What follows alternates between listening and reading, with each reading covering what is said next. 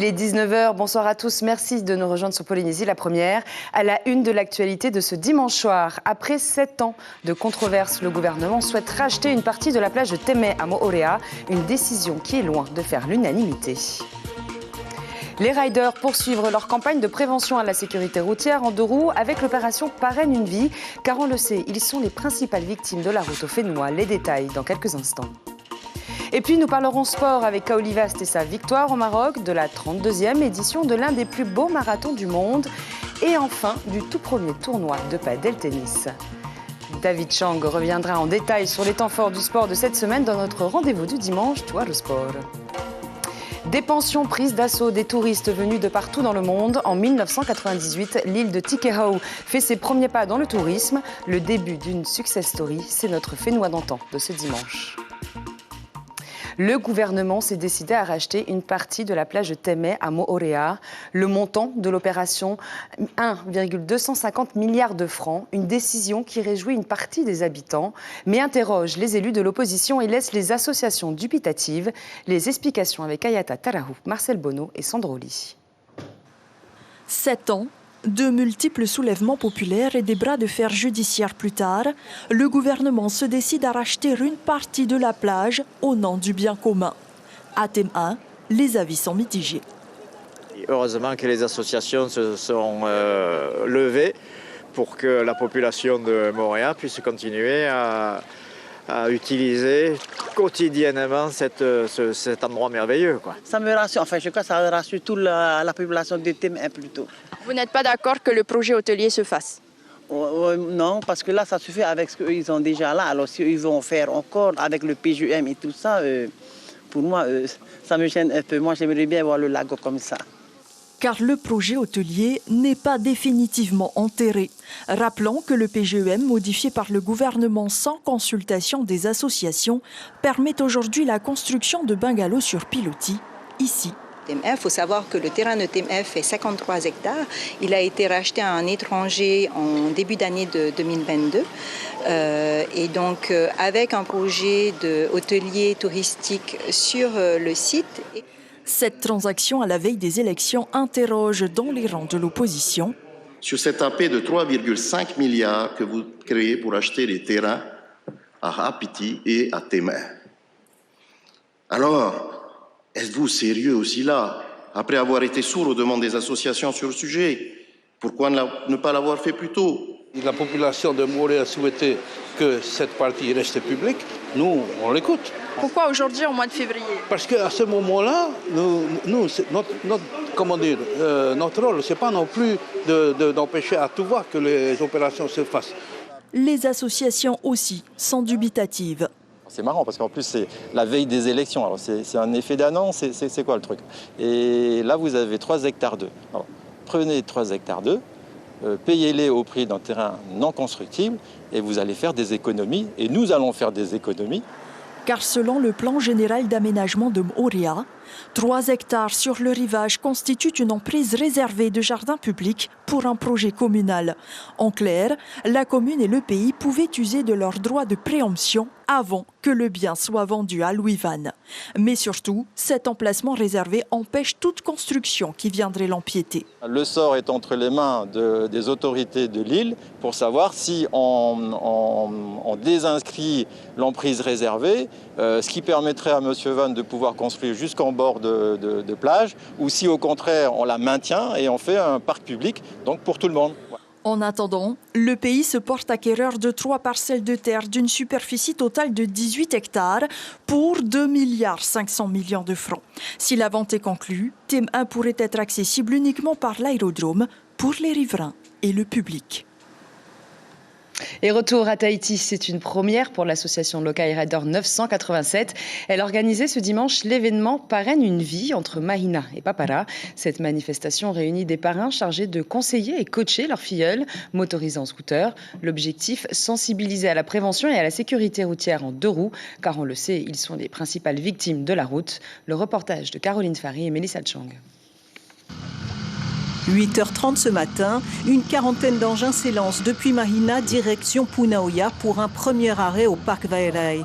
Ar Inui, jeune parrain de l'association, conseillera les néophytes en scooter. Conscient des dangers, il a lui-même appris à bien se comporter sur la route. Avant que j'arrive dans l'association, je ne savais pas du tout c'était quoi quelqu'un, je ne savais pas du tout comment il faut rouler. Et là, grâce à eux, il n'y a pas d'accident sur la route quand on roule. On peut être plein, que c'est top, quoi.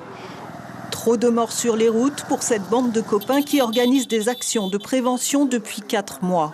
C'est grâce à ces événements-là que nous avons décidé avec une bande de copains et passionnés surtout de roues et de rails autour de l'île de Tahiti que nous avons décidé de mettre en place cette association-là. Sur la plage d'Ati Maono, les ateliers se mettent en place. Vaihere enseigne la conduite depuis 2013. Aujourd'hui, elle est coach de la route. Aujourd'hui, je vais pouvoir, dans l'atelier que je vais faire, vous parler plus précisément du BSR et du permis moto. Toutes ces personnes-là, tous ces jeunes qui aiment être sur la route, qui aiment faire le run, les rodéos et tout ça, c'est ce public-là qu'on est en train de cibler. Et en fait, moi, j'apporte dans l'association et auprès de ces jeunes-là des outils, des supports pédagogiques, du contenu pédagogique qui est tiré du programme national. Terupe vient d'avoir son permis moto. Il travaille avec son parrain pour éviter les accidents. Arriver, quand il y aura des accidents, les autres qui ont des momos et tout. Et voilà. Toi, tu vas essayer d'avoir un bon... quand même, ouais. L'opération Parraine une vie porte ses fruits. Elle sera réitérée tous les mois. Et la congrégation de Providence de la Communauté du Christ, plus connue sous le nom de Sanito, fait bouger les lignes. Elle a organisé ce dimanche un culte dédié à la communauté LGBTQR+. C'était à 17h à l'église de Tarona à Papeete. Une première au Fénois qui se fait après plus de 20 ans de discussions sur les inclusions des membres de la communauté gay. À partir d'aujourd'hui, les cultes des derniers dimanches du mois leur seront dédiés. Écoutez les précisions de Mareva Arnochong, apôtre de la Communauté du Christ en charge de la région Asie-Pacifique. Elle est au micro de Melissa Chang et Irevei Hoata. Les LGBTQ sont complètement intégrés dans notre vie communautaire et de foi. Quelques-uns même ont des responsabilités ministérielles au sein de la direction des congrégations et au sein aussi de la direction de l'Église au niveau de la Polynésie française. Et puis, il y a quelques années, dans l'Église dans le monde, il a été informé que nous devions nous élever, nous lever au nom du Christ pour ceux qui n'ont pas de voix. Les LGBTQ peuvent venir tous les dimanches à toutes les activités sans aucun souci. Mais ce moment-ci, une fois par mois, par cette congrégation, est spécifique, organisé spécialement dans ce contexte-là. Et place désormais à l'actualité sportive avec David Chang.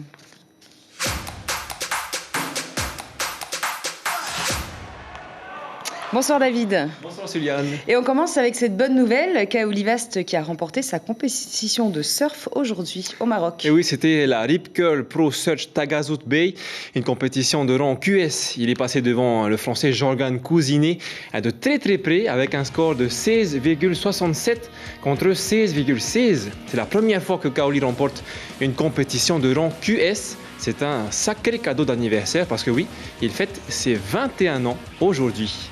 Et on lui souhaite d'ailleurs un très bon anniversaire. Et on parle maintenant de voile. Tahiti est vice-championne du monde U16 en Accra 15. Et oui, Maire Tehotu et Swan Hillman ont terminé deuxième des championnats du monde de voile en Floride aux États-Unis. Félicitations à ces deux compétiteurs de l'école de voile de Haroui. Et nous vous en parlions hier. Damien Troquenet, Pauline Saïd, Mathieu Balk et Hélène Tranquillin sont les vainqueurs du semi-marathon et du marathon de Moorea. Oui, et je vous propose d'ailleurs de revenir sur cet événement. Au-delà de la compétition, l'événement rassemble des athlètes de tous les niveaux. Chacun y trouve son plaisir sportif, comme l'a constaté notre journaliste Arihoetif Afana, qui s'est aligné au départ d'une des courses. Oui David, moi j'ai décidé de m'aligner sur la course la plus populaire de ce marathon, 21 km de distance. Avec moi 137 participants prêts en découte, mais je vous en dis pas plus, mais je vous amène avec moi pour vivre en immersion ce bel événement du marathon Moorea 2023. De la motivation à 4 h du matin pour courir un marathon, ce n'est pas donné à tout le monde. Il vaut mieux en rire avant que les choses sérieuses commencent. C'est pas le même réveil, c'est plus motivant quoi. Le travail, on n'a pas trop envie d'aller, mais là c'est bon. C'est cool, et puis en plus avec les copains, On vous voit très frais ce matin. Est-ce que ça sera la même chose à l'arrivée? Bah oui, je pense, oui. Sereinement, je pense que ça sera la même chose. Non, pas du tout. Je pense que ça va être compliqué, mais ça va être un beau challenge. Sans perdre de temps, Damien Trocné ne laisse aucune chance à ses concurrents dès le premier kilomètre. Derrière, on essaye tant bien que mal de gérer sa course dans l'obscurité. 1 heure plus tard, le semi-marathon est lancé. Mathieu Balch et Teiva Izal, alias le cheval fou, mènent la cadence, suivi de Eddy Pongfa. Au soleil levant, Moorea montre sa face exotique, de quoi redonner le sourire dans une course qui met le corps à l'épreuve. Devant, pas le temps d'admirer le paysage, mais d'apprécier la remontée impressionnante d'Hélène Tranquillin, un scénario rare d'une femme parmi les meilleures du Fénois.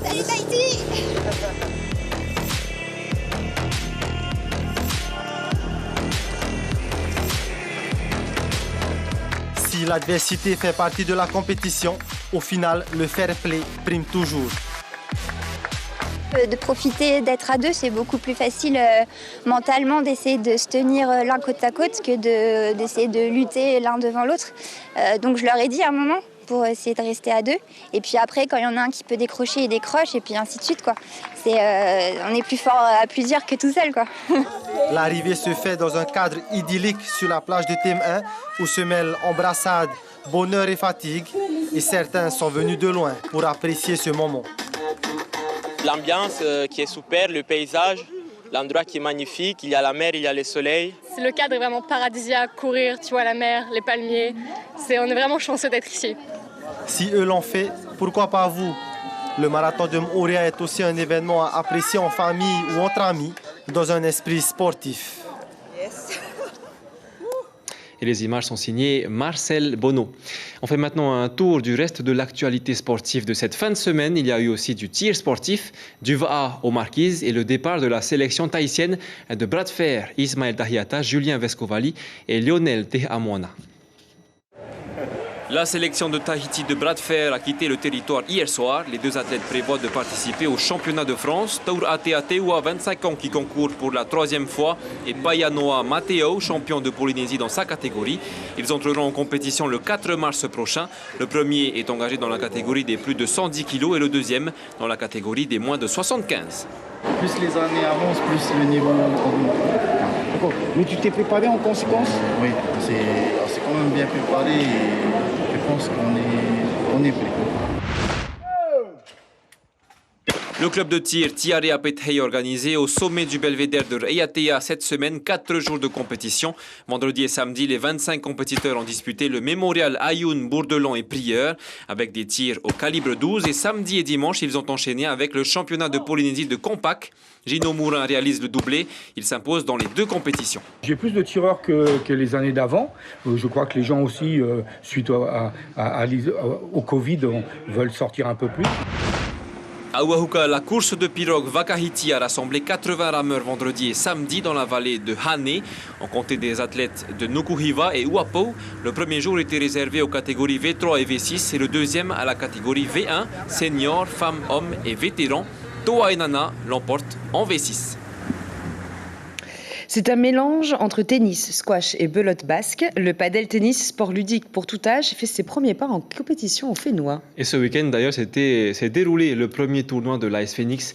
Une phase de sélection vendredi et samedi pour au total 83 matchs. L'événement a rassemblé 70 participants âgés de 16 à plus de 70 ans et répartis en binôme Kalininar et Patrick Tsing. Avoir un binôme, c'est obligatoire pour disputer un match de padel tennis. Mais pour ce tournoi, pas le temps de s'entraîner en duo, c'est la chance qui décide. Je joue avec Nicolas Schutz, je ne le connais pas parce que les binômes se sont faits par tirage au sort. Donc voilà, ce qui fait un peu plus le côté fun. Et voilà, après on a juste à s'adapter et profiter du moment et voilà, essayer de gagner, hein. C'est ça le but. Hein. C'est pas si mal, au moins ça nous permet de connaître les autres adhérents et de pouvoir s'entraîner ensuite, donc c'est bien.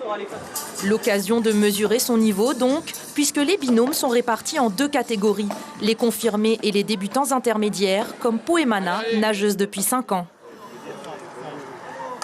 C'est tellement trop sérieux, des fois tu t'amuses plus à un moment donné à un certain niveau, alors qu'au padel tennis, en fait, tu t'amuses à n'importe quel âge. Franchement, moi je suis arrivée, je ne m'amusais pas du tout parce que je ne savais pas du tout jouer. Mais après, 5 mois plus tard, ça va mieux. À peine 6 mois après sa création, le seul club de paddle-tennis polynésien compte plus d'une centaine d'adhérents. Résultat, les 2 terrains sont occupés 7 jours sur 7 par les entraînements de 6h à 20h et l'AS Phoenix a déjà des projets d'expansion. 3 cours de paddle qui vont être installés en haut avec des vitres panoramiques, c'est-à-dire il n'y aura pas de montant. Donc ça va être complètement futuriste. C'est digne des circuits professionnels. La livraison de ces 3 nouveaux terrains est prévue pour juin prochain. Et voilà, Juliane, c'est tout pour l'actualité sportive de cette semaine. Merci beaucoup, David. On vous retrouve la semaine prochaine.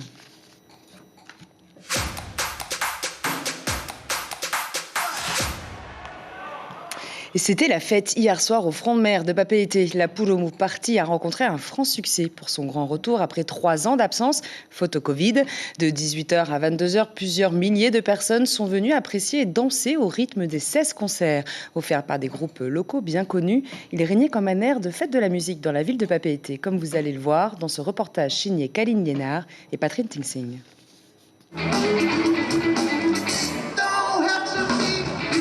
Le dance floor du boulevard Pomaré, le temps d'une soirée, le front de mer transformé en piste de danse à ciel ouvert. C'est aussi une aire de jeu sécurisée pour le plus grand bonheur des petits et des grands. Alors, qu'est-ce que ça fait de faire du vélo sur la route, là, ici? Parce que je suis libre. Ça te fait te sentir libre? Et t'es venu avec qui ce soir? Bah, et papa et maman. On est là pour se promener, puis donc avec bébé. Bébé, c'est votre moto alors? C'est notre moto. Je suis venue à ma petite famille. Qu'est-ce que vous pensez? Ah ben super, c'est une bonne ambiance ce soir. Il y a des groupes que tu es venu voir en particulier? Oui, Nohorei. 16 concerts pour 4 heures de musique live, un événement totalement gratuit dont Veitea profite pour célébrer les 2 ans de sa filleule.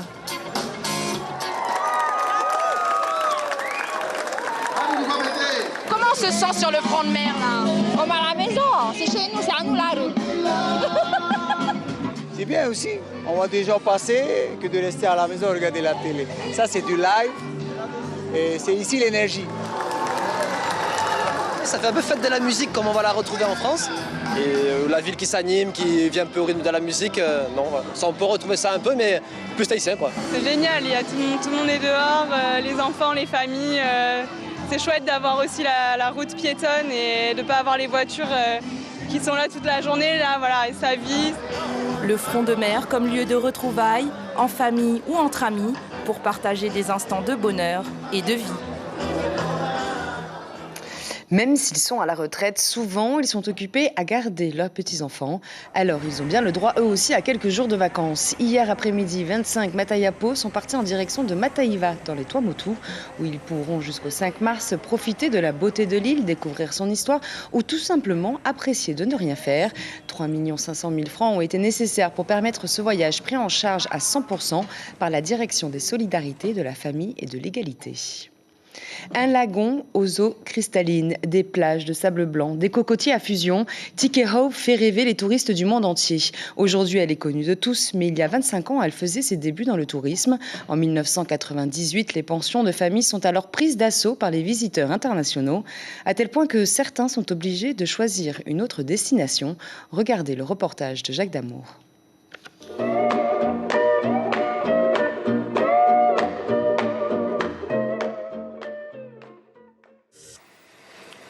Tikehau, l'une des perles des Tuamotu, pourrait-on dire.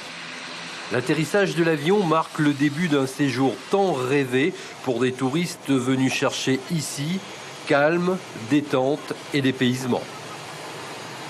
Tikehau maintenant est un peu connu maintenant dans le tourisme, avec la beauté de l'île et surtout aussi dans notre accueil ici à Tikehau. Peut-être ça qui mène beaucoup de monde maintenant sur Tikehau, quoi. Seulement voilà, à Tikehau, les saisons touristiques se suivent mais ne se ressemblent pas. Depuis un mois, pensions de famille et petites structures hôtelières de l'atoll, au nombre de 8, affichent complet. Il y a bien la saga Copra qui est venue installer ici ses quartiers le temps des vacances scolaires, mais c'était sans compter sur les touristes français, mais également étrangers qui ont littéralement pris d'assaut toutes les nuitées disponibles.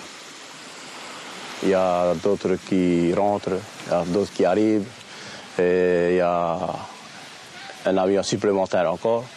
Alors comme il y a 4 vols dans la semaine, et maintenant il y a 5, alors ça a une augmentation pour nous. Vous l'aurez compris, un coefficient de remplissage exceptionnel qui ravit l'ensemble des professionnels de la place. Tikehau est devenu en quelques semaines la destination phare du moment, avec pour principales activités de loisirs, plongée et plaisir du palais. Cette année, il y a plus de gens qui sont venus à Tikehau. Dans les pensions, il n'y a plus de place et on est très envahi par les touristes et on est très contents. Et là, vous êtes obligé de refuser des places? En ce moment, oui. Ce mois de août, on est quasiment plein jusqu'au mois sur la fin du mois. Quoi. C'est bon pour les affaires? Oui, pour tout le monde. Quoi. Sauf pour tous ceux et celles qui avaient envisagé de venir sans même avoir pensé aux réservations, à qui il ne reste plus qu'à changer de destination. Et c'est la fin de ce journal. Je vous en rappelle l'information principale. Après 7 ans de manifestations populaires et de bras de fer judiciaires, le gouvernement veut racheter une partie de la plage de Temeh, une décision qui est loin de faire l'unanimité chez les élus de l'opposition et les associations. Les rendez-vous de la semaine. Demain débute le procès en appel de Radio Tefana. Mardi sera un grand jour pour le musée de Tahiti et des îles qui inaugure son nouvel établissement. Dimanche sera aussi un jour férié. Les protestants célébreront l'arrivée de l'Évangile. Et au programme de votre soirée, le film Gold, suivi de la série La Garçonne. Demain, Florent Hatem sera l'invité café d'Ibrahim Ahmed Aziz. Il sera question de l'histoire de la Polynésie à travers le livre Les Mémoires d'Ali Itaimei, rare témoin direct des temps anciens. Et à la une de votre quotidien demain, Kaolivast royal au Maroc avec sa victoire, on le rappelle, le jour de son anniversaire. Merci d'avoir suivi cette édition. On se quitte avec les temps forts du sport de cette semaine. Je vous souhaite à tous une très belle soirée. Demain, vous retrouverez votre fidèle Ayata Talahou aux commandes du journal.